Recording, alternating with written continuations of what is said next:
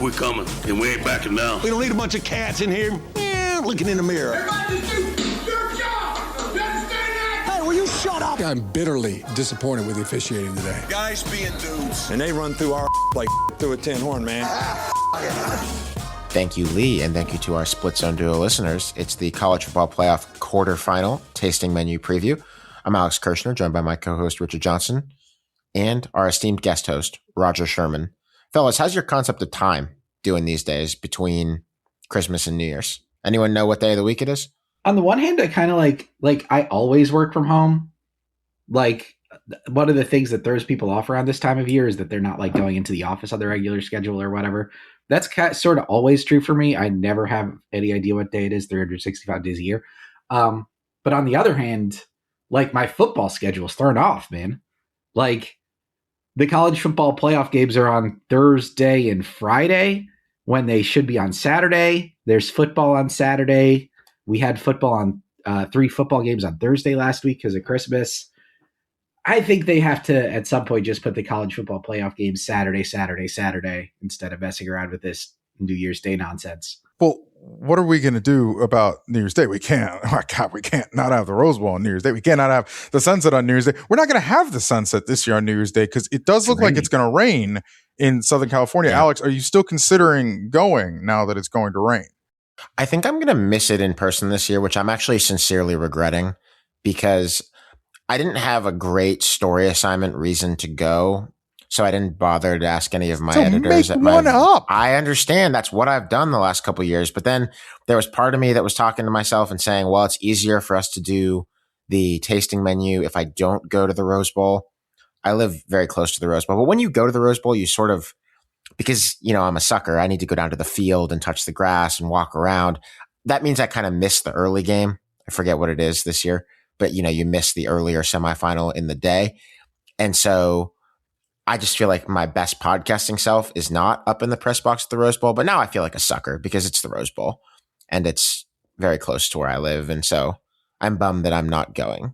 Let's take this again from the top, but let's say that Alex has a really good podcast reason to go so that they give him the credential. Like, yeah, exactly. Yeah. We messed up by having Alex say on record that he was going to make up a reason to go. Exactly. Yep. Yeah. Rose Bowl board. I know you're listening. Actually, Rose Bowl board. I know you're listening. Rose Bowl press box attendants, listeners of this show and subscribers to this podcast. We probably could pull it if I really wanted to, but I don't know. That might be too late in the game. Even it's a little late. It's a little late. It is December 30th. Yeah, it might be too late even for a powerful media entity like Split Zone Duo to bully the Rose Bowl into giving me a press pass for this game. Did you see that, by the way? You guys were like, oh, no one has any idea, sense of time. I just pulled December 30th out like that. You did. I'm proud. Rodger, I do share your, like, the games are not evenly spaced deal, right? There's not like 6 days between games. There's, what was the first one was on the 19th, for instance, and now we're all the way on the 30th and obviously won't play till the 1st. I'm not going to do the millionth college football calendar podcast episode that anybody's ever done in this December, including us. Go back in the feed and find that one. We'll link it in the show notes below. But it is wonky. It's thrown my equilibrium off, as has being in 3 states across multiple time zones and weather patterns.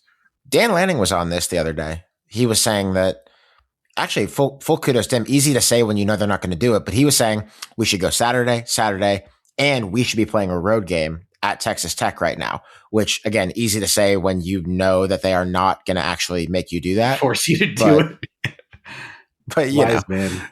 Yeah. I guess this just makes me grateful that when God created the heavens and the earth and it took him 7 days to do it, he picked the exact amount of time that, like, a football game should be apart from one another. 1 week is perfect. Yeah, we are. Perfect. We're ordained. Yeah, it's ordained by the big man upstairs. Fellas, let us taste it. Let's talk about the college football playoff quarterfinal bowl games. And don't worry, we will also talk about a couple of national championship games elsewhere in college football as this episode gets going. But it does start on New Year's Eve, which is Wednesday night, I think. See, you don't know. Yeah, number 10 Miami and number 2 Ohio State at Oh, the it's Cotton Bowl. wait, it's Wednesday. Oh my! I said Thursday and Friday earlier. It's literally Wow. Wednesday and Thursday, the games. We're not doing a bit. It really does just get hard to keep track of the days. This is at the Cotton Bowl quarterfinal, which of course is not at the Cotton Bowl, but is at Jerry World, but is the Cotton Bowl. So just wanted to get that one established for everyone. Nothing makes sense. Chaos reigns. Yeah, well, it's not the Sugar Bowl is no longer. It's a Superdome. The Orange Bowl is no longer. It's the whatever it is, Dolphin. It's not Dolphin Stadium, whatever the hell they call it. But we know how this goes. Richard, what's going to happen in this game? I go back and forth with how competitive I think Miami is going to be in this game, because I think that Ohio State has built themselves to win the kind of game that I think Michigan desired to play against them, and that I think Miami, frankly, desires to play against them.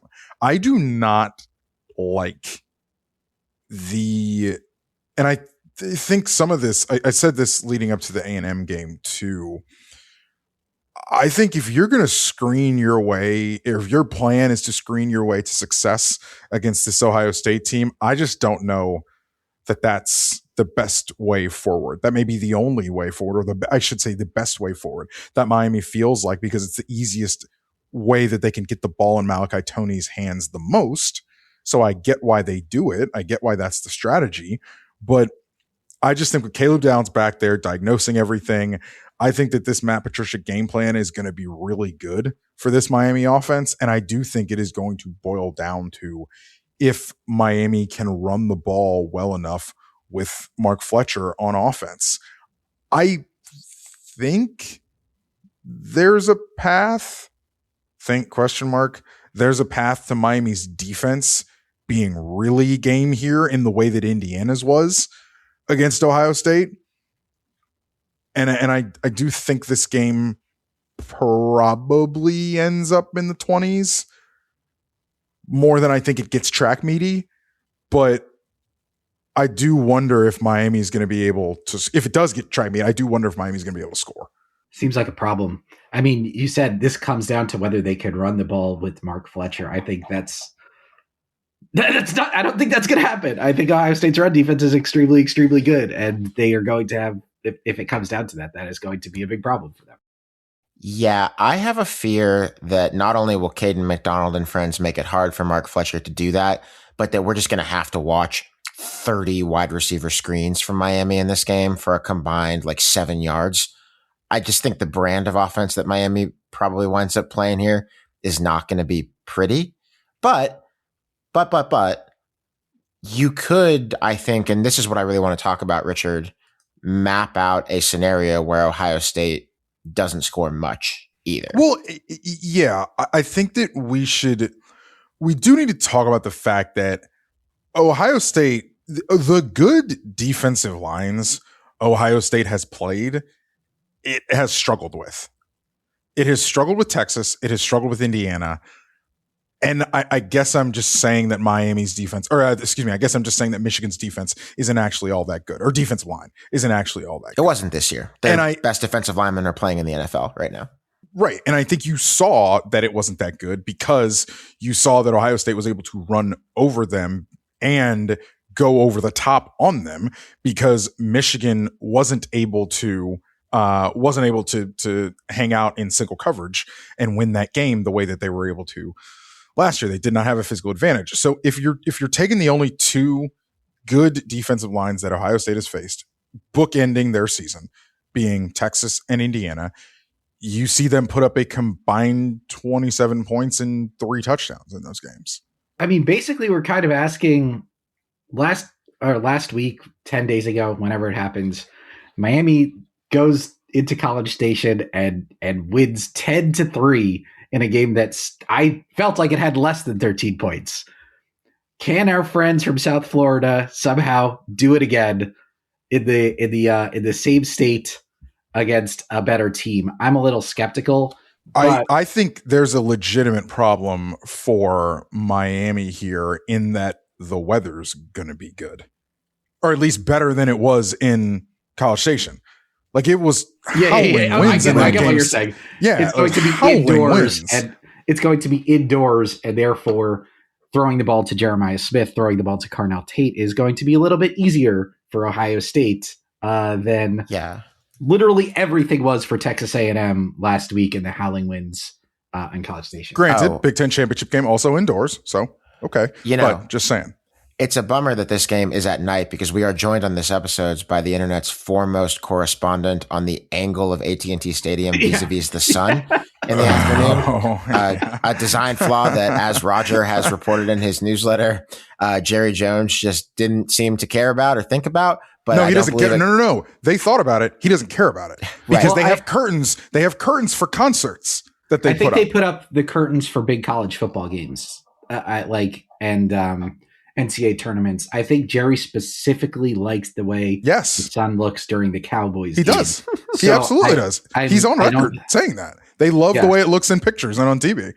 And he says they can game plan around it, but neither of these teams will have to game plan around it. Here's the thing that I'm just fascinated by scheme wise in this game. And I think the guy who has the most interesting job in college football this week is Corey Heatherman, the Miami defensive coordinator. Everyone knows what Miami's big advantage in any game is. It's these two edge rushers who we talk about all the time, Reuben Bain Jr. and Akeem Mesidor, who led the way in getting Marcel Reed sacked, I think 7 times in the first round.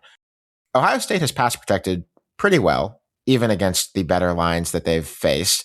But this is really showtime. Alex, to that point, when they struggled against Indiana in a way that I don't think they're going to struggle against Miami, because I don't think Miami's going to pose the threat that Indiana did. And we will get to this when we get to the Indiana Rose Bowl preview against Alabama. Indiana has a lot of movement up front. They are changing the picture post snap. That's not Miami.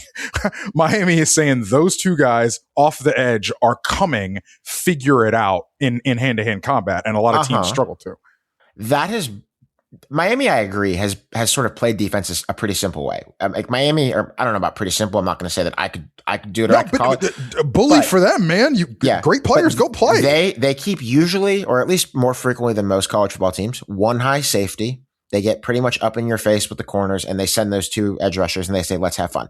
But here, you're playing Ohio State, which has Jeremiah Smith and Carnell Tate, which just makes this whole thing very interesting to me about how you handle the mixture of having those two edge rushers and using them to best defend number 4 and number 17. There's different ways that if you're a defensive coordinator, you can try to take advantage of having those two pass rushers.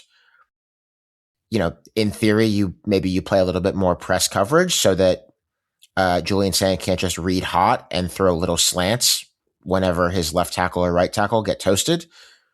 That's one option. Maybe you're just rushing 4, you bracket both of them, and you cover the other 3 eligible receivers with one guy apiece. I've never called defense a day in my life, so I don't know what I would do.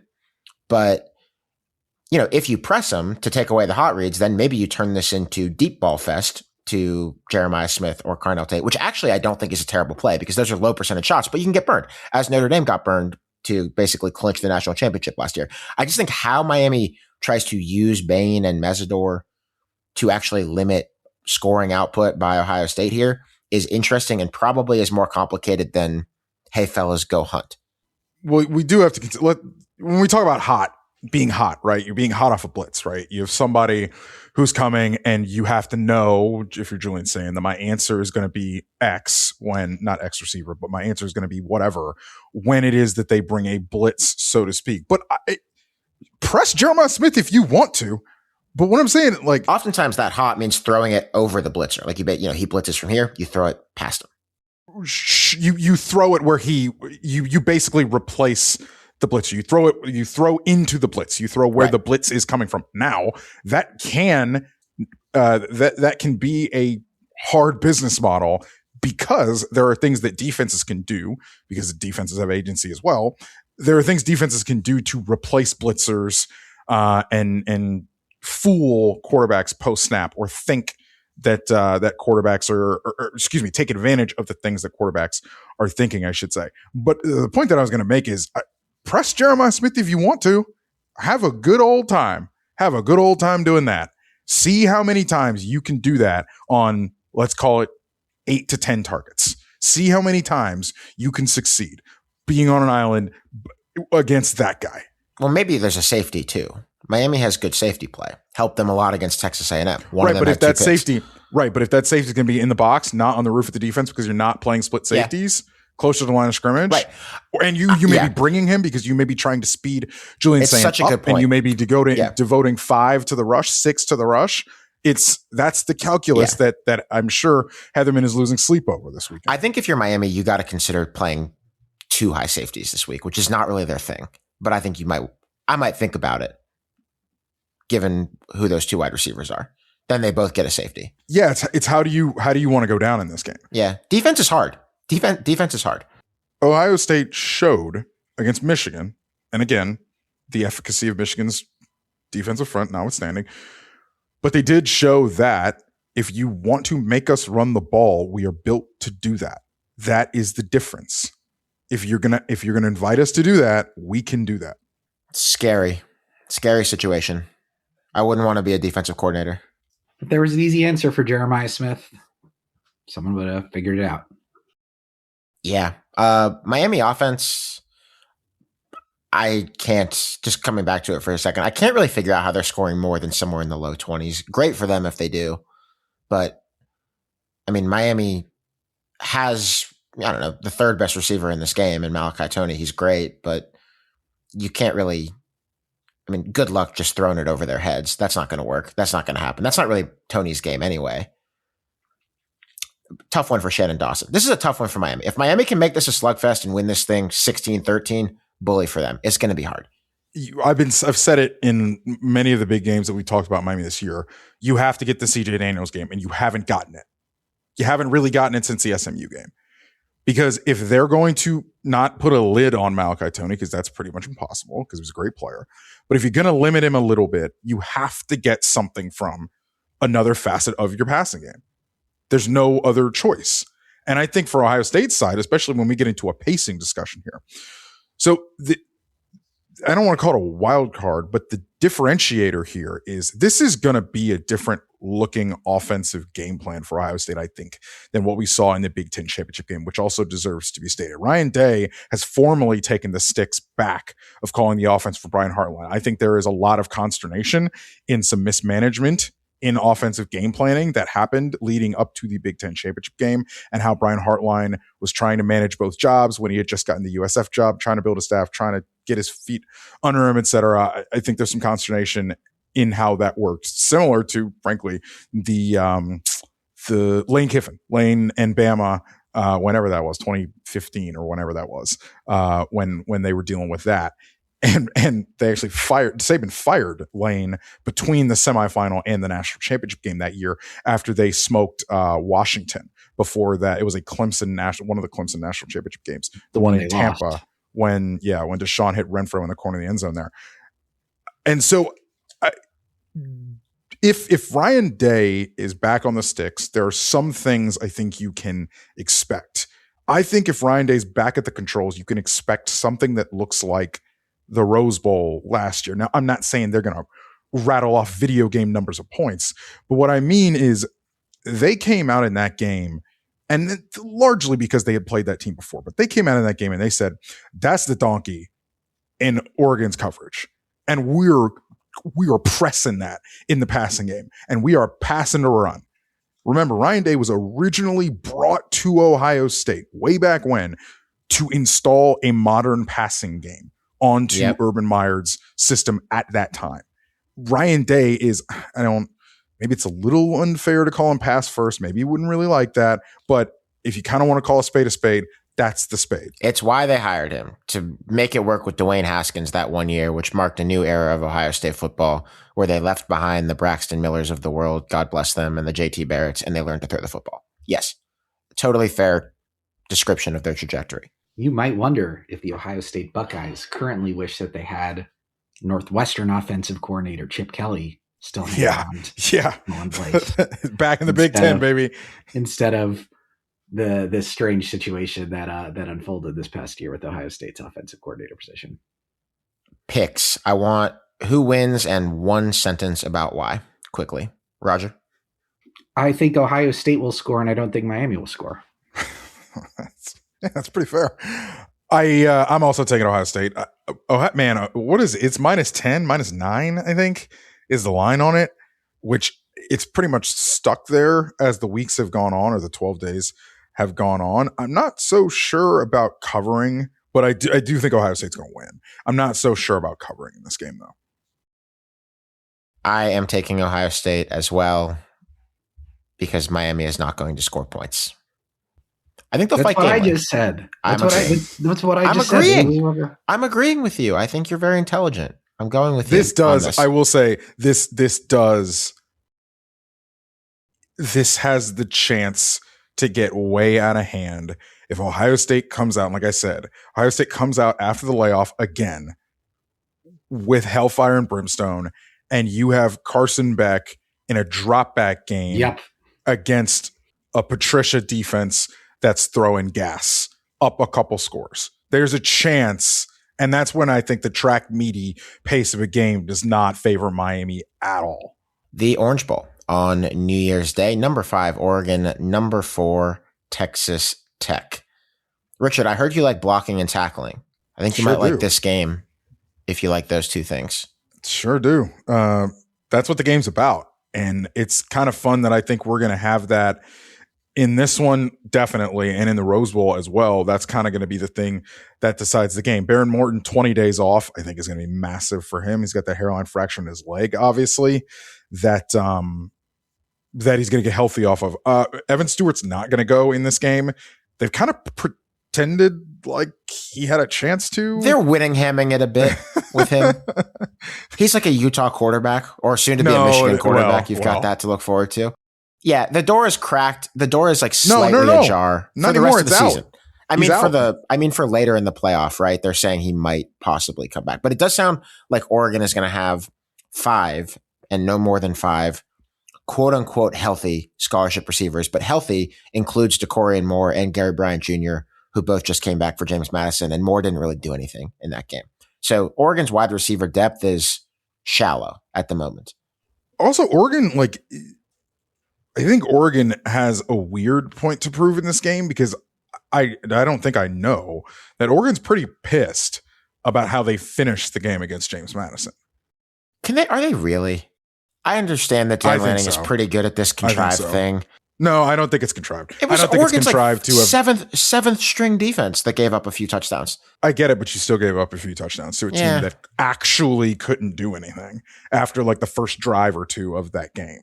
The fun, I mean, this is the game of the playoffs so far for me, Oregon, Texas Tech, and the matchup of that Texas Tech defense, that Texas Tech line versus Oregon's offensive line and passing game is just going to be fun to watch. I'm excited to see what happens.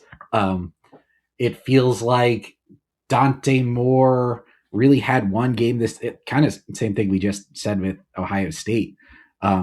When they played against Indiana, the pass rush got home for basically the only time all season. And half of his sacks on the season came in that game against Indiana, and he kind of fell apart at the end.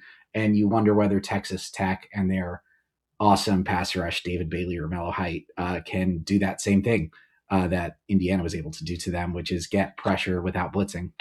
You do wonder about that. I think that you could probably also tell who wins this game with about 98% certainty, which is higher than most games, just by watching the line of scrimmage and who's getting pushed forward and who's going backward. The skill position talent in this game, in part because of the injuries to Oregon's wide receivers, is just not the needle mover for me. Kenyon Sadiq notwithstanding. Malik Benson's had some moments lately for Oregon, including on special teams, but Oregon has not functioned with anything like a number 1 receiver all year. I think they have 2 100-yard receiving games all year, and they're both Benson recently. Tech, even when they've been sort of challenged, has had, in my opinion, some underwhelming wide receiver games because Coy Eakin and Terrence Carter have had dropsy problems. And so I'm just going to be watching what happens with David Bailey and Romello Height and Lee Hunter. That's 2 or 2.5 All-Americans for Texas Tech against the left side of that Oregon line with Isaiah World and Emmanuel Pregnon, who are both, Richard, you tell us, day 2 at the latest NFL picks, probably sooner in at least one of their cases. A lot of imminent future NFL players going against each other on the lines in this game. And I'm pretty sure that's going to tell the story. I'm not really expecting Baron Morton to go out here and light it up and lead Texas Tech to victory. I think David Bailey or Jacob Rodriguez could lead Texas Tech to victory. And I feel kind of similarly, honestly, about Oregon because of Oregon's shallow cupboard of skill position options right now. I mean, this is, and the line indicates, coin flip game. I don't really actually have a lean in this. I mean, I think I'll probably just pick Oregon, but I don't have like a strong conviction about Oregon in this game. I do think Baron Morton is the weak link of all the things in this game. Of all the strong suits in this game for both teams, Morton is the one that leaves you the most lacking, I think, when you stack everything up. And I think that's including what Oregon doesn't have in the wide receiver core. Yeah, and I mean, you mentioned earlier the 20 days off. He said yesterday that he is 80 to 85% after returning, like you said, from that hairline fracture. I mean, that's good. It's a B minus to a it's B. Not bad. But yeah, B's get degrees. But I don't know. It's still something that worries me a little. And like you could see how much he was affected, I think, by the injury watching Texas Tech after he came back. And it shows up in the numbers. He got sacked 12 times in the 5 games after his injury, only 5 sacks in the games before. Obviously, it's Big 12 play versus not Big 12 play there, but still. His pressure to sack rate was 30% after coming back. It was only about 16% for the rest of his career. So basically twice as bad at avoiding pressure. And Oregon, not the best pass rush in the country, but Matayo Uiagalelei is not something you can ignore. And if they are able to get home, I'm a little concerned about Morton's ability to get away from it at 80 to 85% healthy. Yeah, he's not really a runner anyway, even when he's at 100%. He's not, but agreed, but still a not normal runner whose running ability and ability to move at all is hampered. Yeah, he will be like a sentry gun that you just stand up and you hope it fires, like in a video game. Yeah. I am also pretty concerned with how Tech is going to run the ball in this game. Mm-hmm. I think this is a Bear Alexander, Amari Washington masterclass up front in the interior. If they can control that up front and they can make Baron Morton be kind of a sentry gun back there in some sort of long-ish down and distances, when you get to third downs, like it's can Oregon win early downs against this team, and can they force Morton relatively into like a drop back passing game? Can you take Dickey away? I think is the real challenge here for Oregon. And the thing that I think if they can do it, then I mean, Texas Tech may have a long day, because the other thing is this is going to be, I think Texas Tech has left a lot to be desired in the red zone. Fair? Well, yes, that is true. And it really hasn't been a problem. Like in the first BYU game, for example, their first half was a complete sham of red zone offense, and they still won by, was it 22 or something points? Like that? Yeah, I would agree that in this game, it would be useful for Texas Tech to put the ball in the end zone when they are close to it. I think they will have less cushion if they don't than they did in the Big 12. Yeah, you just have, because the other thing is you have to understand that, and this goes back to a Dan Lanning thing. When we talk about the arithmetic of the game, we talk about going for it on fourth downs. We talk about going for it on they went for it on the first touchdown after the in the James Madison game. They went for 2. People, I don't know if anybody remembers that, but like that's an Oregon thing.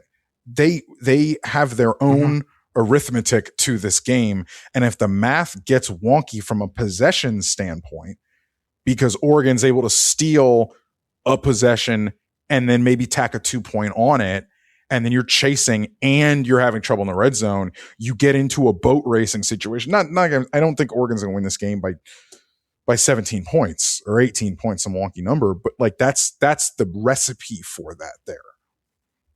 And it could just come down to it in a late game situation where maybe Texas Tech is down 4 when they should be down 2. And you're going for, instead of field goal to win, you got to drive the length of the field to try to win a game. Texas Tech 96th in touchdown rate in the red zone. Just not a lot of, at this point in the season, you don't see a lot of 96th in anything.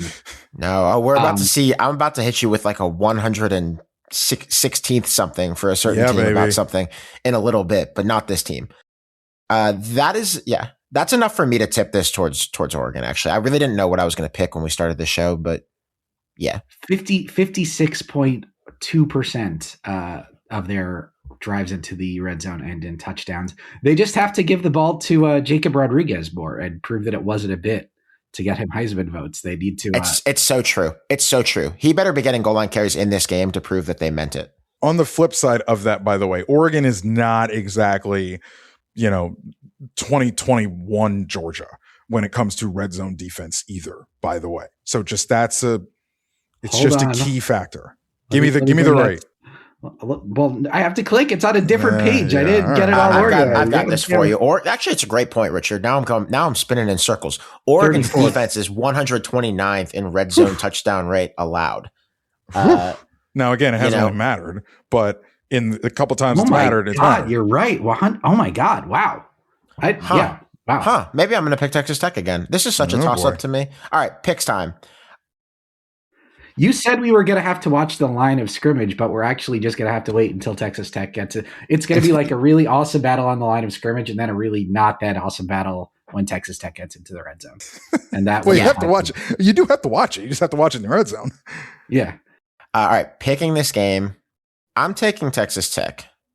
I think I'm flipping it back. Newest money beats new money in this game, and Texas Tech, because of their defensive linemen and Oregon's defense being a little soft in the red zone, Texas Tech wins.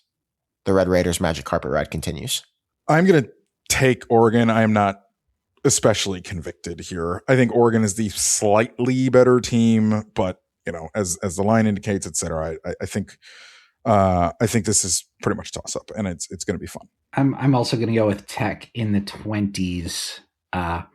Fun game, tight game. Very excited to watch it. I think it's the best game of the playoffs so far. Who do you think Tyler Shuck is rooting for? That's a great point, honestly. It's a great point. This is the Shuck Bowl. It's the Shuck Bowl. Yeah. New Orleans Saints legend Tyler Shuck. 4 in a row. When I'm in the Superdome tomorrow on Thursday night, I'm gonna see the Shuck banner. Right, they already retired his jersey. He's Drew Brees reincarnate. I cannot believe he's going to win Rookie of the Year, dude. That's insane. You'll be able to feel his presence in the building as you're watching the game. Yeah. It's honestly like the way something just weird about my head. Like as soon as this matchup popped up on the screen, I was like, Tyler Shuck, both teams, 2 for 2. You have a sick mind, my friend. I'm just Tyler Shuck, 26 years old, by the way, 26-year-old rookie, which is cool. 26-year-old rookie of the year. That's great. 26-year-old rookie of the year. By the way, this is not technically a Dad Water home dog of the week because this is not really a home game, but it might as well be if I'm taking Texas Tech because they are about a 2-point underdog and they will be designated as the home team. So unofficial, but it is a good moment to tell you. Stolen valor. It's stolen valor, so it's unofficial. We're not counting it. You. Okay. However, we do want to say thank you to Dab Water. Dab Water has been a wonderful part of this program this year. We've been very happy to have them as a sponsor. It is a tequila water with 4 all-natural ingredients, no sugar, no carbonation, no carbs, no gluten, and a great taste. You have heard and you will continue to hear the Split Zone Duo Sunday Hurry Up presented by Dab Water, even when it doesn't come out on Sundays. That's right. It's like Monday Night Football, even if it's not Mondays. That was happening a bit during the pandemic, if you'll remember. The Sunday Hurry Up brand does not depend on the day of the week. It's going to happen this way. There's Saturday NFL games, but they're on ESPN. It's going to be Monday Night Football. That's exactly right. In the Rose Bowl, Saturday afternoon, going to be a little iffy weather by Southern California standards. Number 9, Alabama against number 1, Indiana. I'm going to open up on this one with, I think, what to me is a pretty clear, self-evident thing that I think is going to kind of jolt people a bit. I saw some people talking about this on the internet over the course of the week, which is, it wouldn't be that big an upset if Alabama wins because Alabama has the better roster. This is the one case that I can ever really encounter and remember where, yes, I understand that Alabama has a massively better set of recruiting rankings on this roster, but I'm just not really sure they have better players. No. I mean, like Alabama wasn't recruiting D'Angelo Pons, this like 5'8", 5'9" in heels cornerback for Indiana, who has become one of the best players in the country via James Madison to Bloomington. Elijah Surratt would be arguably the best receiver on Alabama. Alabama's wide receiver group is an interesting thing. But, he was playing Division II ball and then FCS ball and then Sun Belt ball, and then he's here. And I think that Indiana's developmental story, Richard, is so different than anything that we've seen that I'm really not sure that Alabama even has the better players this year. They are on this team. They are approximate as far as the level of future NFL players on their roster. Like I think Alabama you're probably may have right. No, I know I'm right. Yeah. Alabama may have one or two more pros on this roster, but they do not have significantly more future NFL players on this roster than Indiana. If I will give you that I personally think Alabama's wide receiver group is, and we talked about this, Alabama's wide receiver group is better than, I would say, probably better than Indiana's wide receiver group. Okay. That's the one position room that I'm like demonstrative about. You talked me into defensive tackle, which with Daly out for Indiana and Overton back in, I think Daly's technically an end. I realize he plays both. He like moves around. Okay. He's one of those Cam Haywardy types of players who plays all over the defensive line. Your point, yeah. Like no, it's like if you think Indiana is a demonstratively worse roster than Alabama, you are just wrong. I agree. Like it's just not.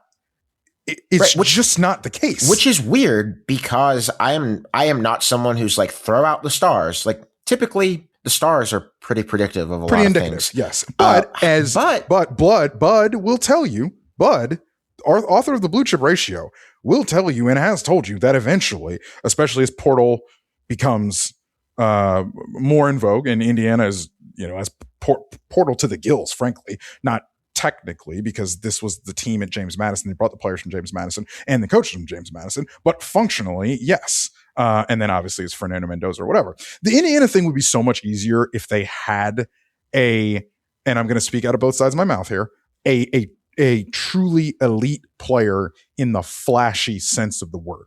I think Fernando Mendoza is really good, but Fernando Mendoza is not Cam Newton, right? As a quarterback. Fernando Mendoza is not the guy that you, Rodger, will sit around with your lovely wife and even she will say, wow, that guy, right? Like we could all sit with whoever's never watched a down of college football and say, number 4 on Ohio State's a bit of a different cat. Indiana does not have that player. Not really. That does not. That is a fair thing to say about Indiana. It's a fair thing to say. Now, they have made Omar Cooper made the best catch of the year. Charlie Becker's made a few. Sure. If you catch them in the right moments, you might say, wow, about Indiana. But I do think that they just, for a team that is 72nd in the team talent composite, they're just not. Like, it's a player development story that takes some recalibrating to understand because this isn't supposed to happen. But I think you're exactly right. I know what the stars say, but we all have eyes and we can see the talent that's on the field for them. Some of us don't. To be honest with you, some people do not. Some people do not. I am not going to do the thing where I'm like, it wouldn't be an upset if Alabama wins this game because they've got so much more talent on the roster. I get it. I just don't think it's true after having watched the amount of Indiana football that we have watched over the last really 2 years, but especially this year, because as we've talked about, this is a different beast than the team that got one and done by Notre Dame last year. I would also have more patience for it if Indiana had lost either one or both of the games that they played against the other two, like approximate 5 best teams in the country. Yeah, no, literally they are 2 of the top 5 in the rankings. But and just looking down the numbers and being like, Ohio State people only got to Julian Sane one time this year. It was against Indiana. People only got to Dante Moore one time this year. It was against Indiana. Like, that just doesn't. They're good. They're really good. And like, it's just they've not. done it. They've done it. And it is. I use the word. I use this lovingly. Like, it's just a boring, competent outfit. Like, they are just solid. There are no weak links on this team. Maybe Daly, we'll see about the defensive line situation. Okay. But there are no weak links on this team, man. They're just solid and they're well coached and they execute. You want to talk about blocking and tackling? They do both. Yeah. Here's my guide to understanding this college football game where Indiana looks like Alabama and Alabama looks like Indiana. The head coach of the Indiana Hoosiers is someone who spent the formative years of the beginning of Nick Saban's Alabama tenure on that staff, helping recruit some of the best players in the country. Indiana has a Nick Saban era Alabama coach who understands the process, who has his players playing very consistently, who developed extremely well. Alabama has one of Indiana's coaches. They have Indiana's coach from Indiana's offensive coordinator from 2019. So that to a certain extent to me explains why this Indiana team reminds me so much, obviously not with the 5 stars, but just the consistency, the effort, the quote unquote process shows up for that team, Indiana. And Alabama's kind of one dimensional offense. Not kind of. No kind of about it. It does have to be weird for Kayla DeBoer having just been a part of this Indiana program and like seeing all the limitations that must have been evident when he left that job to become Fresno State's head coach, and looking back at them 5 years later and being like, oh my God, like how did they do? I would be terrified if I knew what I was capable of doing when I worked at Indiana, and then looking over and seeing what they have done now, I'd be like, oh my God. Also, I'm just realizing this as you're talking, but Alabama's defensive coordinator, Kane Womack, also of that era of Indiana football. Yes. If you look at the coaching staffs, there's a reason Indiana looks like Alabama. There's a reason Alabama, I won't say they look like Indiana, but they're more similar to it than they are to Nick Saban. Alex, I think that, so, and I mentioned this earlier, the real crux of Indiana's defense up front is the movement that they do post-snap. Parker Brailsford, Alabama center, is going to have like game of his life type stuff as far as identifying and getting them in the right protection looks. And I don't know to what degree Ty Simpson calls out the protections either. So, that's obviously a marriage there that they're going to have, that they're going to have success with, because when Ty Simpson is pressured, he is the drop off is pronounced when he is pressured. He's just not the same guy when he's not in rhythm, sitting there delivering. When he's in, and I say that because when he's in rhythm and he's clean, he's as accurate as it gets, in my opinion. I mean, he's really, really good. But when you get him moving, it's just a different deal for them. And I just don't. It's one of the reasons, probably the biggest reasons, why I don't like the matchup from Alabama's perspective. I do think Alabama's receivers, like I said earlier, that is a position group advantage that they have. If Ryan Williams is your wide receiver 3-ish, four. Since November 1st, Ryan Williams is the 4th most targeted wideout for Alabama, and he's the only one of them who's catching less than half of those targets. We're looking at a shocking gradual demotion for a player who is on the cover of the video game right now. But do you not think he could have a breakout in it? Like, sure. If Ryan Williams drops 150 in this game, you're not going to be surprised. You'd be surprised based on his run of play, but you will not be surprised based on his skill set as an athlete if he is able to have the day, right? Now, apparently, Latsir Brooks is really good. Came out of nowhere, so I don't know. But I look at what Indiana has on both sides of the ball. There is a competency, and on special teams, there's a competency here that is going to shock people, because I think that that there is still this assumption about Alabama, and it does stem from SEC team versus Big Ten team. And now that's not just any Big Ten team. It stems from it being Indiana. Sure, but yes, I would agree with you. I would, of course, agree with you. but that's definitely still there. And I think that when you talk about Indiana, it's just it's crazy to me when I realize that something we find to be extremely milquetoast of an opinion, which is Indiana has great players and is a better team on balance than Alabama, is something that when jolted into the mainstream, that opinion is like laugh. And it's not just us. Like I said, a friend of mine sent me a video of like Joel Klatt saying this. And I like scroll the comments, and the comments on that are the same, like the comments under, like I did a video saying that Indiana is a much better team than Alabama. Like, it's just like. And Klatt knows, because Klatt has called a bunch of Indiana games. If you watch Indiana against great teams. And an Alabama game, by the way. They had Ohio State, Texas, beginning of the year. Sorry, go ahead. We move on to yet another week of, can Alabama run the ball or win without it? It's the same question as every single Alabama game.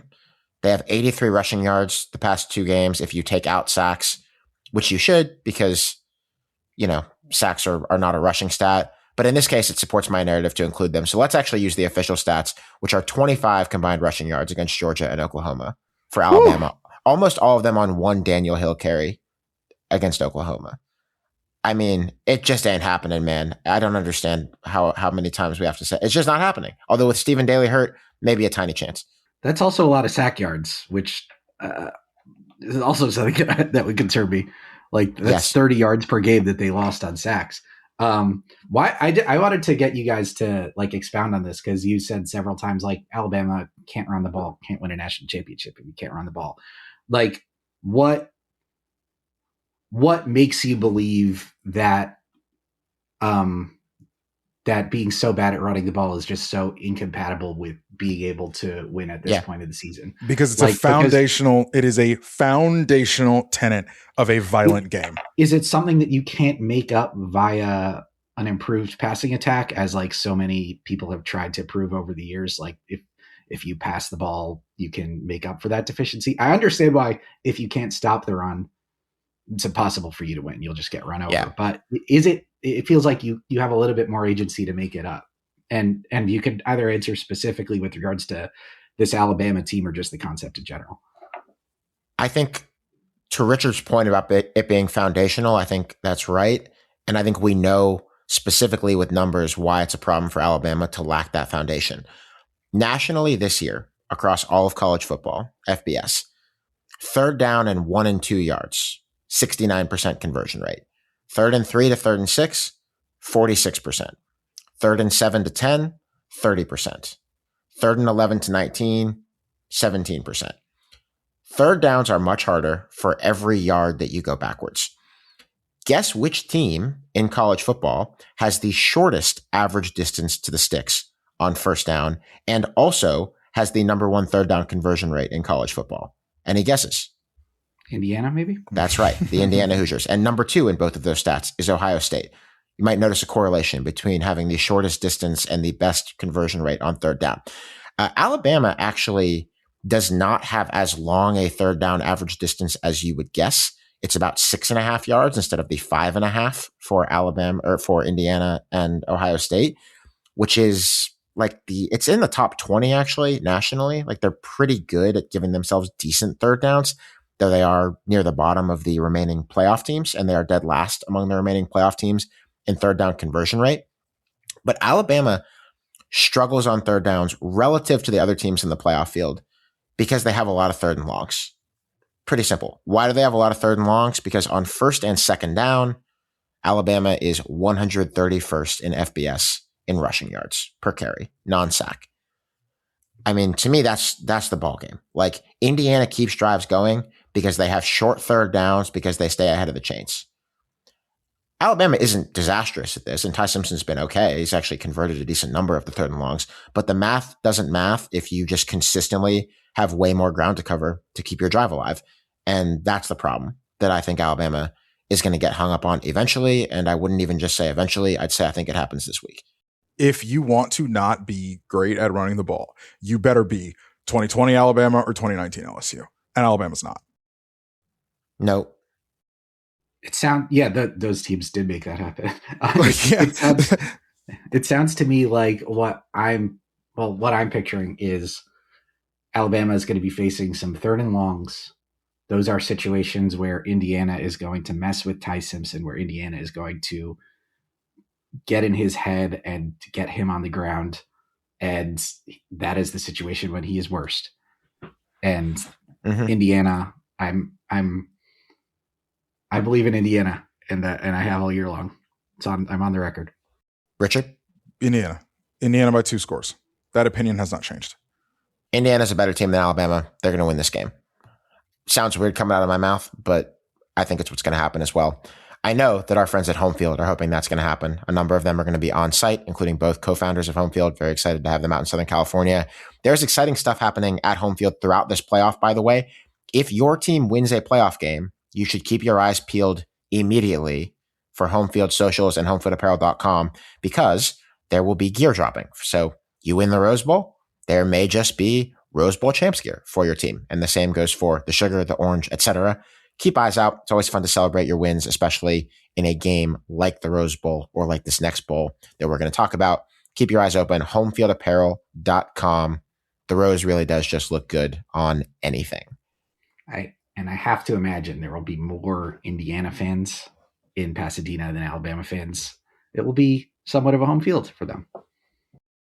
I see what you did there, and I think I agree, although it's going to be hard to judge it because of the color matching that we've talked about. But yeah, it won't be hard to judge it when Ty Simpson is on the ground and it's loud. In the Sugar Bowl, nightcap, number 6 Ole Miss, number 3 Georgia. I am currently overlooking the Caesar's Palace on Canal Street from my hotel room, and the beautiful Mississippi River. I'm excited for this one, but there's just this thing in the back of my head about that team in red and black that they might just drop an anvil on these guys. I don't all the way see it, but second time around, and I know it's hard to beat a team twice, Lord knows that's my thing, but I think they're going to do it. And I think there's a path for them to do it demonstratively, I think, in this game. So what's different from the first game, which was a close, high-scoring game between these two? I did it right down. 43 to 35, I want to say it was in Athens. It was something like that. What's different this time around? I think part of it is you've given Georgia all this time off. You've given Georgia a lot of time to right itself and figure itself out and self-scout. Kirby's talked a lot about that. I also Alex, this Ole Miss team, to me, they don't really concern themselves with stopping the run that well, especially in their good games.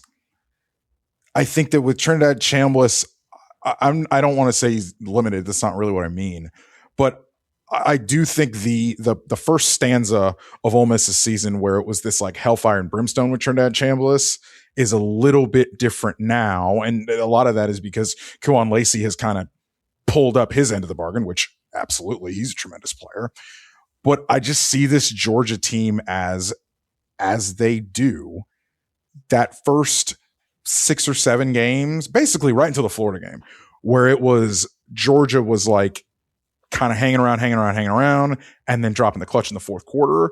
That then turned into like the Texas game where Georgia's definitely better than this team, right? That's the Alabama team where Georgia's definitely better than this team.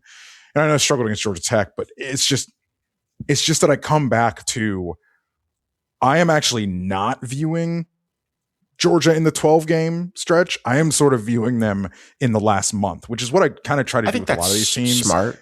And when you do that, I kind of can't get around the fact that I think Georgia's just playing their best football right now, clearly. Yeah, this is a stat that I shared on the playoff preview presented by Modelo. But in case you did not listen to that episode, we did a bunch of these kind of team capsule previews. The thing that really has gotten whipped into shape for Georgia is the third down defense, which was such a disaster for the first half of the season, basically peaking in level of catastrophe with that Ole Miss game, where Trinidad kind of beat him up, even had a scrambling touchdown on a 3rd and long that I bet had people pulling their hair out. That's just completely flipped in the last month and change for Georgia. They're much better at it now. They're giving up like half as many third downs. And so that's a change that would scare me a bit if I was Ole Miss. You feel like you're catching Georgia at a time when they're a little bit more Georgia-like. But I think I could still talk myself into Ole Miss giving them some problems here. On either side of the ball, I think the 2 Ole Miss defensive tackles who are going to be going up against the backup Georgia center because Bobo's not playing. Yeah, Drew Bobo is out, which is going to matter, especially for Georgia as far as running the ball is concerned. That's one thing that I sort of have harped on. But I think that Xavier Harris and Will Eccles are the 2 defensive tackles for Ole Miss who do most of the heavy lifting, and they're going to be playing against the backup. And that's something when you ask about, you talk about Ole Miss's defense not really being too concerned with stopping the run. I would agree, but maybe you get a little bit different dynamic in this game.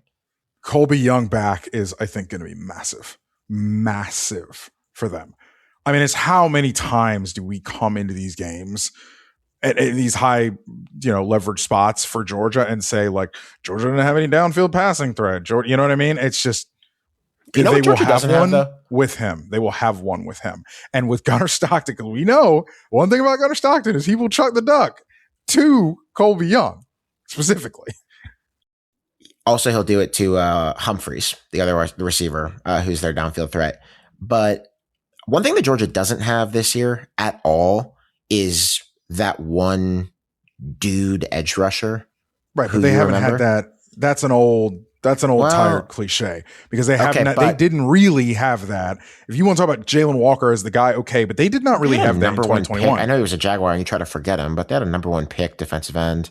I love it, but hold on. That is retroactive history on my guy Trayvon Walker. Trayvon Walker was not a demon Jadeveon Clowney Hellcat Ruben Bain off the edge. That's not the way this defensive front has been built. And I love Trayvon Walker. I think he's a tremendous player, but he's not a 15 sack a year guy. Fair. I'll dial that back a little bit, but I will dial back the impression to make it sound like this isn't normal for them. But what I do think matters is that their best edge rusher by pressures created, Gabe Harris Jr., not playing. He's got a boot on his foot. He's not playing. Last time Georgia played Ole Miss was the only team in the entire Georgia schedule not to allow the quarterback to be sacked. And now for this game, the best pressure guy that Georgia has isn't playing.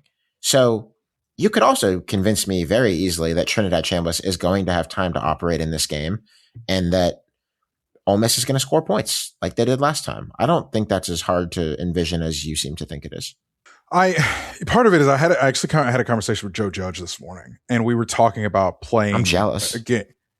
Well, no, he honestly gave me great insights. No, he's a really good interview. I've seen his press conferences. It's why it was tough when he was getting fired by the Giants because he was like looking so miserable. But every time I see him at a podium with Ole Miss, I'm like, wow, that guy seems like he'd be pretty interesting to talk to. Yeah, I had a good conversation with him about a few things, and I asked him about playing a team twice, and he said he's like, when you play a team twice, it's less about kind of the schemes, and it's more about the players. It's more about individual one-to-one matchups. And especially when you're of like competition, it's obviously a little bit different when you're Tulane. But I think if you want to do that and you want to go one-to-one down this roster and you want to do it with Ole Miss and Georgia, like I'm just gonna lean Georgia if that's the order of the argument. That game also, like I said, it was close. It was 43-35, a one-possession game. But Georgia outgained them by 150 yards, pretty large amount of yards to outgain them. They got 221 rushing yards, and it wasn't like because they like broke one free. They were just pounding the ball. It was the best game of Gunnar Stockton's career, probably. Concerned about Ole Miss' ability to stop the run. And at the end of that game, in the fourth quarter, I think the yards were like 200 plus to Georgia and 13 for Ole Miss. Like when Georgia wanted to turn it on, they just did in that game. I think they're I think that final score of that first game was a little bit misleading in comparison to what was actually happening on the field, especially at the end. So yeah, and especially the way that Georgia has improved defensively down the stretch. Like, so much of my opinion of this Georgia team was shaped by the score lines in that Tennessee game and this Ole Miss game, and it doesn't seem like they would have a night like that again at this point in the year. They've gotten so much better. I have a sense of which way we're going on this, but picks and your one sentence explanation, Rodger. Oh, I hadn't been doing the one sentence. Well, now we're doing it. Well, now we're doing it. Yeah. I have to be picked. I'm going with Georgia. Just take some of the sentences from that last thing I just said. Copy and paste. I just don't think that Georgia or Indiana. I think Georgia and Indiana both as touchdown favorites is underselling it. I think both of them have the gear and the advantage, I think, in different ways, obviously. But both of them have the gear and the advantage to turn these into 2-score, 10-13 type margins. Georgia for me, because they're more talented, but it's not going to be as fun as you think it is. I think Ole Miss is going to annoy the heck out of them in the course of probably not winning the game, but they're going to make it hurt. We thank Modelo for their sponsorship of Split Zone Duo. Modelo is the official beer sponsor of the College Football Playoff. So you're about to be watching the College Football Playoff. You know exactly who the official beer sponsor is. You also know that Modelo has been out scouting all year with the Modelo Recruiter, looking for full-time fans. And I would say that in us here at Split Zone Duo, they found plenty.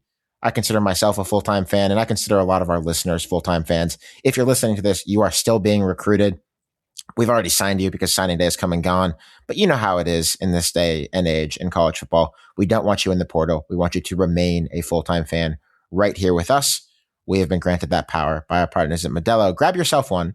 Modelo is the official beer sponsor of this college football playoff. We've got more playoffs to talk about. We've got the FCS Championship, which is on Monday night, 6:30 God's time in Nashville, Tennessee. They thought we were going to exclude the FCS playoff. The listeners thought we were just going to skip over it. No. You thought we were going to do it. Must be new here. We weren't going to do it. Before we do it, actually, this is a good opportunity to crown a winner for something. I realized this when a subscriber pointed it out to me the other day. Thank you so much to our splitzoneduo.com subscribers, by the way. You're the lifeblood of this podcast.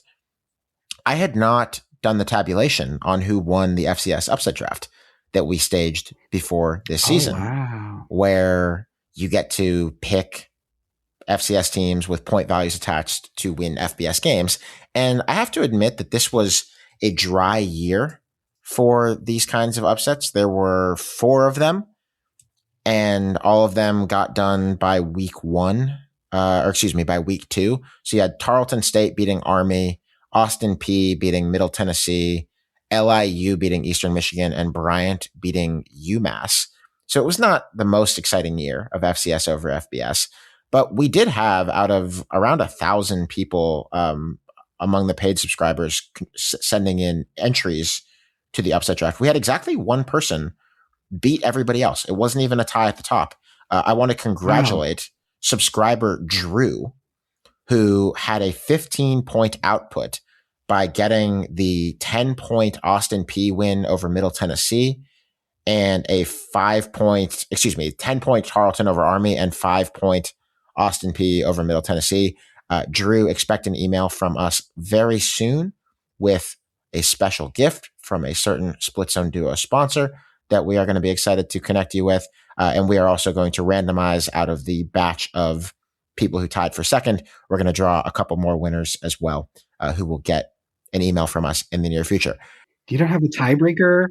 You don't have a tiebreaker? You got the ACC tiebreaker scenarios? What we said was if there was a tie, we would randomize. We did not have a tiebreaker scenario, but maybe we could rank subscribers by playoff ranking and do it that way. Yeah, to be in the tradition of the sport. Well, not the ACC's tradition of the sport. No. We have the FCS championship, a slightly more consequential, some would say, FCS title to be doled out here between Illinois State and Montana State. Rodger, I know your teeth are sunk deep into this bad boy. Neither of these teams pulled a FCS over it. They lost to Oregon and Oklahoma, tough draws. But I mean, this is one of the all-time great underdog runs in any college football playoff lowercase. I mean, Illinois State the first team ever to win 4 road games. And if you think about what they've done, like just from a logistical perspective, over the last month, 6 weeks or so, they won games in Louisiana, California, North Dakota, and Pennsylvania. Like that is what to me makes this one of the great tournaments in American sports, that you could go on that type of journey. They went 9-0 in road games this year, Illinois State, 3-3 at home, 9-0 on the road. Who plays FCS. 9 road games in a college football season ever? Well, 9 true road games. Hey man, they ain't getting no type of ticket gate revenue. It was 5 in the regular season, and then the 4 playoff games. It wasn't their fault. Although, come on, we got to get you out to the game, and we got to improve that home field advantage in Normal, Illinois. 3-3, and then they're winning everything on the road. Come on. So I guess the key to this game is if Illinois State can convince their students that this is a road game rather than a neutral site game, maybe they'll have a shot, because Montana State's a lot better than them. Yes, have nobody show up in red for this game. That's the best thing you can do. I'm gonna need my Illinois State fans out there, all my Redbird fans. Make sure you're going to the games next year in Normal. Just don't go to this. You got to convince them that Montana State is based out of Nashville, Tennessee.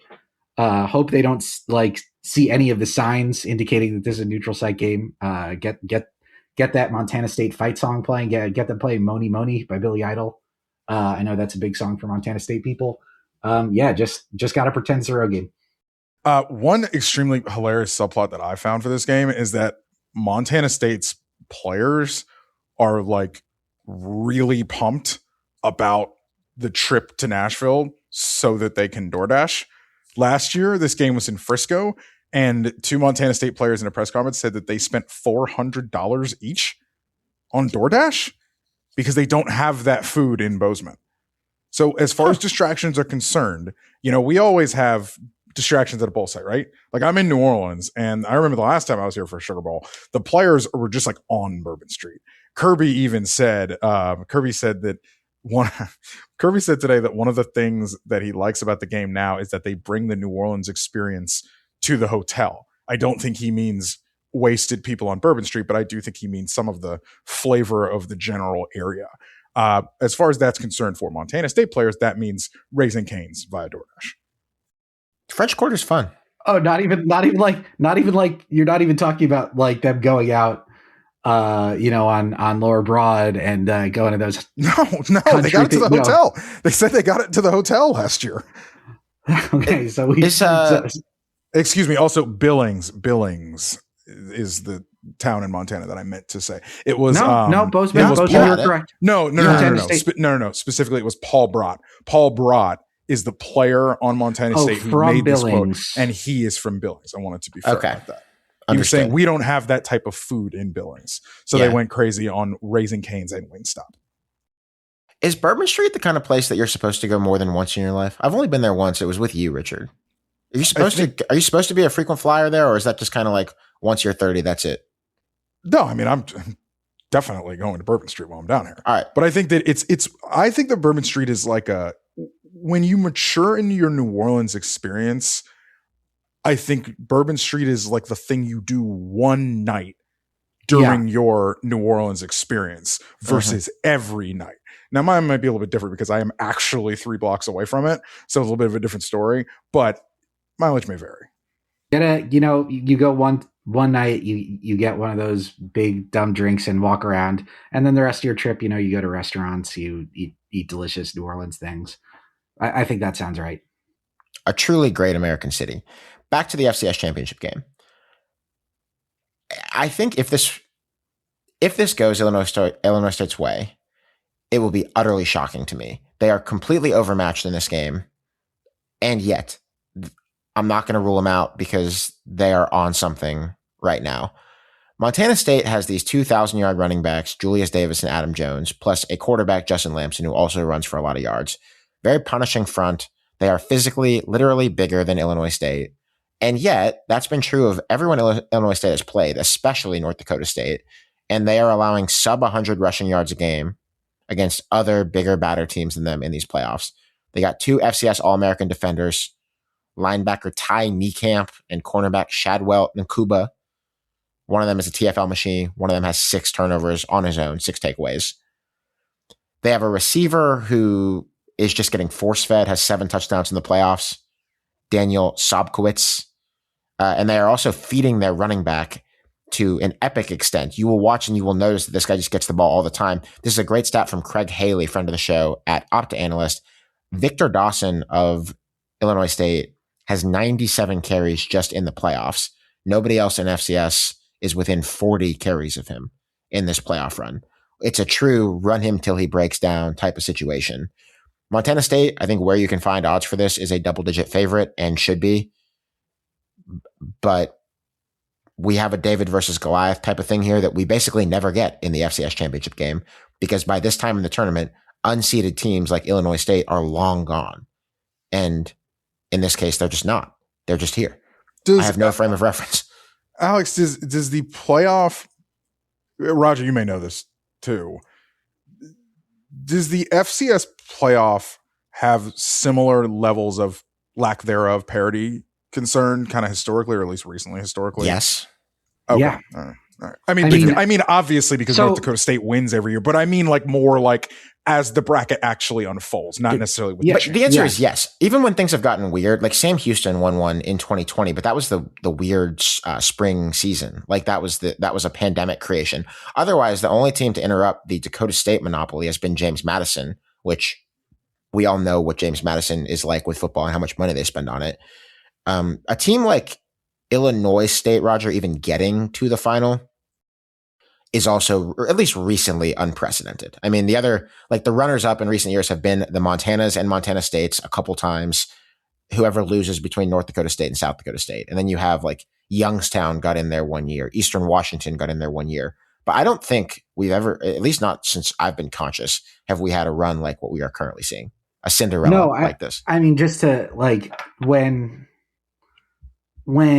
Illinois State beat North Dakota State on the road, it was the first time a number 1 seed under the current format, I think, had ever lost in that round of the playoffs without making it to the quarters. And that was 3 rounds ago. Like, that's how unprecedented this Illinois State run was. Just them making it to the quarterfinals was like, oh my God, this never happens. And I mean, you think about it, like not only are these the best teams, but the fact that the games are home games and the fact that there is such ridiculous travel involved in this tournament. I mean, so often you'll get to a scenario where it's like, you know, someone like Furman or something like that on the road at Montana. And that means you had to probably like get a charter flight and then you show up in Bozeman or Missoula in December and it's 8 degrees outside. And it just becomes a very slanted tournament because of how difficult it is to go to all these places, to recuperate, to go back home, to go back out to these far-flung places. It's not a geographically close. I mean, it should be a lot easier for someone to go on a run in the college football playoff at the FBS level where, you know, we're dealing with neutral sites all the way through. So, like, yeah, it has been pretty slanted in favor of the highly seeded teams. It's been the Dakotas every year. I'm picking Montana State because it would be ridiculous not to. But, I mean, again, we have a gravity-defying situation here. So I'll be watching this game. I don't even think it's going to be that good. I think Montana State should beat them comfortably by multiple touchdowns. And yet, you know how it is because you know how it's been over the course of these playoffs. Whoever wins, I think Montana State hasn't won since 1984. I don't think Illinois State has ever won. So no, Illinois State has definitely never won. They did lose one. They were the loser in Frisco in one of the early North Dakota State titles. 2014 is the closest that they've gotten. So congratulations to whoever pulls that off. This game is taking place in Nashville, in the great state of Tennessee, where, I should add, our partners at Nokian Tires have a major manufacturing presence, making tires right here in the United States of America, in Dayton, Tennessee specifically. We are very, very happy to have Nokian in the fold with us. And I think that the next time you are in the market for tires yourself, you would be wise to bring Nokian into the fold with you too. you can go to nokiantires.com/SZD. That's tires with a Y.com/SZD to learn a bit more about Nokian Tires and our partnership with them to get winter driving tips. Nokian places an enormous priority on tires that perform great this time of year. And you can even, at that nokiantires.com/SZD link, find a dealer locator if you are interested in buying some Nokian tires for yourself. Strong recommendation from us. And you can enter a college football road trip idea to be entered in a monthly drawing for Split Zone Duo listeners. Just to sort of answer RJ's question a little bit more thoroughly, last year, the quarterfinals of the FCS playoffs were 1 through 8, were the 8 teams who made it. The year before, 7 of the 8 teams made it. The year before that, it was once again 1 through 8. So of the last 24 quarterfinalists, 23 of them have been seeded teams. So the idea of just a team make it to the quarterfinals would have been awesome. And here Illinois State is in the championship game. Moving on. No, it's good. And they seed what? I think they seed the top 12. That's it, right? No, they seed 8. So it is literally just those have been the only teams making it through. Are you sure they only see? I think they now seed 12 because I'm looking at the bracket and I'm seeing 12, up to 12. Okay, well, I should shut up. I'll never say anything again. But they have finagled some things with this format over the years. Finagled. Lord, you're right. They've made the change from seeding the top 8 to seeding the top 16. But my point stands. Yes. Anyway, incredible run for Illinois State. The last game that we're going to preview is the Stagg Bowl for the Division III National Championship. It is on Sunday night at 7 p.m. God's time. Football on a Sunday. What will they think of next? North Central, UW River Falls. Rodger, lead us. We got a dynasty and we got an upstart here. North Central has 3 of the last 6 titles. River Falls had 19 straight losing seasons from 2001 to 2019. Very Indiana Hoosier situation. Everything turned around for them during the pandemic. They hired a guy named Joe Matheson, who invented what he calls the Top Gun offense, which brags about being the fastest in football. They snap the ball every 19 seconds. And they installed that in 2020, and they've been awesome ever since. There are going to be a lot of points in this game. North Central averages about 50 a game. River Falls averages about 47 a game. When I went to the Stagg Bowl a couple of years ago, North Central lost 38-37. Last week, River Falls won their semifinal 48-41. It's going to be fun. Definitely going to be a lot of points. I don't think River Falls is going to be able to keep up on defense.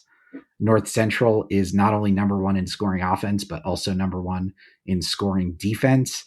And River Falls has been putting up points, but not necessarily getting stops. So yeah. I think it's going to be North Central, but just wanted to give a shout out to a team doing something different that went deeper than anyone expected this tournament. This is a matchup of different bird types, right?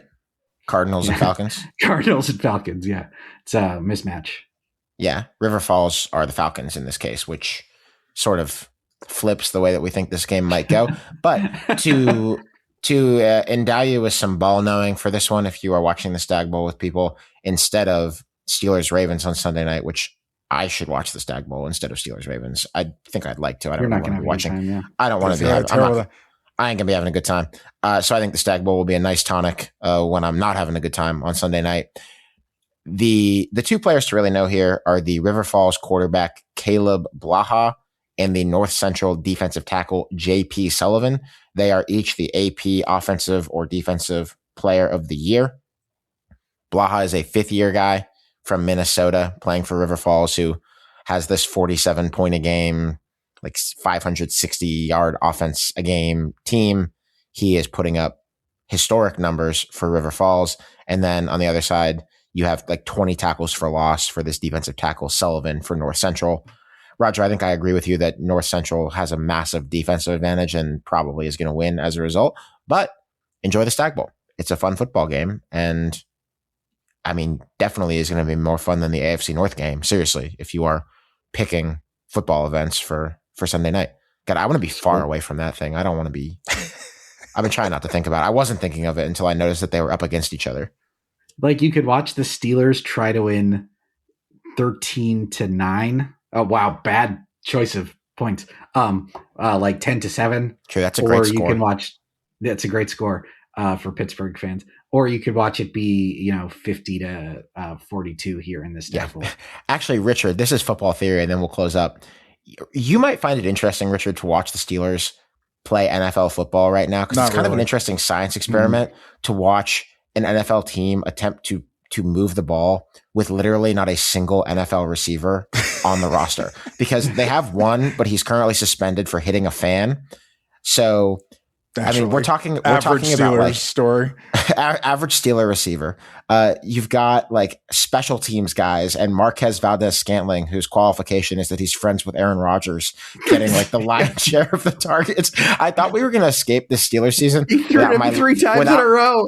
Like literally like throwing to him against Denzel Ward, one of the best cornerbacks in the league, on like the money down to end the game. Marquez Valdez-Scantling. Like Roman Wilson is here for some reason. He was a 3rd round pick who I thought would be good because he was good at Michigan, but he's terrible. Like they won't even give him the ball. I'm turning this into my personal Jaguars cause right now, like you do, but it's just unbelievable to watch an NFL team with literally not a single rosterable NFL receiver attempt to move the ball in NFL games. It's like from an academic perspective, it's fascinating. Or you could watch the Stagg Bowl. Or watch 50 this. to 42. Watch the Stagg Bowl. I think that's the recommendation of Splits on Duo LLC. But this is for the playoffs, which is so dumb. In fact, we should complain less about the college football playoff format and more about the fact that both the NFC South and the AFC North get teams into the NFL playoffs, which is way more offensive to me than James Madison or Tulane being in the college football playoff. These conferences, are we really just kind of patronizing the AFC South, or the AFC? Excuse me, not the AFC South problem anymore. Are we really just patronizing the AFC North? Are we just letting the NFC South cosplay as a real professional football division? Many are asking. That's our show. That's the college football playoff quarterfinal and championships tasting menu. We'll see you all very soon.